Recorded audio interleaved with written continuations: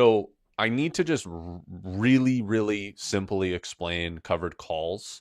Covered calls are essentially you have an underlying asset and you sell a contract that has stipulations in it, and somebody buys that contract for you. That gives them exposure to the underlying. And if the underlying meets certain criteria, the contract buyer benefits. And if it doesn't meet those criteria, the contract seller benefits. So the way that one of these contracts might look, and we're just going to use some simple examples here, some simple math, is you have 100 shares, which is how many you need to sell one contract on in TradFi. And so you have 100 shares, the shares are worth $100 each, and you sell a contract saying, if these shares reach $110, so they need to go up 10% within a month.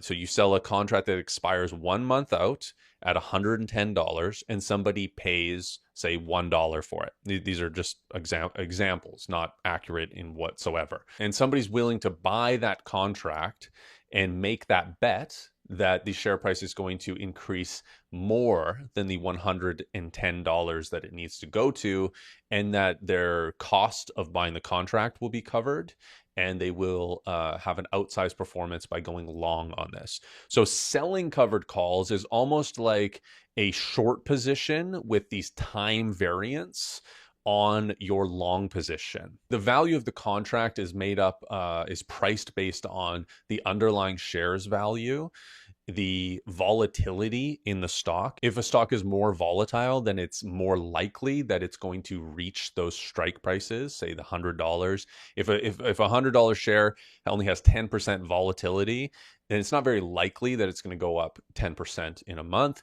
If it has 50%, 70%, 100% volatility, you're going to pay more for that because it's likely that it has the opportunity to reach those prices. There's other things like just open interest. If it's a very liquid market for that option or not, that definitely matters in the valuation. And the other thing that matters is something called time decay, or in the Greeks, it's called theta.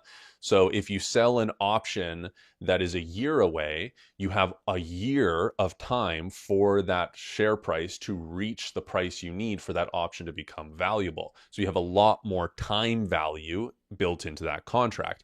If you sell an option that expires tomorrow, you have a lot less likelihood of the share price reaching the price it needs to go to. And then there's the what the strike price is. So if you sell in the money options, or at the value of the share price, or under the share price value, those are going to be worth a lot more because you can exercise them right away, or it's easier to exercise them, or closer to the likelihood of them being in the money when they need to be. Rather than out of the money contract. So all of these things factor into what makes an option contract valuable. So this is the strategy that GameStop did, is they transferred over their Bitcoin. They were able to sell covered calls on those, on the Bitcoin that they had. So it's a little bit different than the 100 shares that you need to sell in a TradFi instrument. They sort of have this derivatives market built off of Bitcoin itself.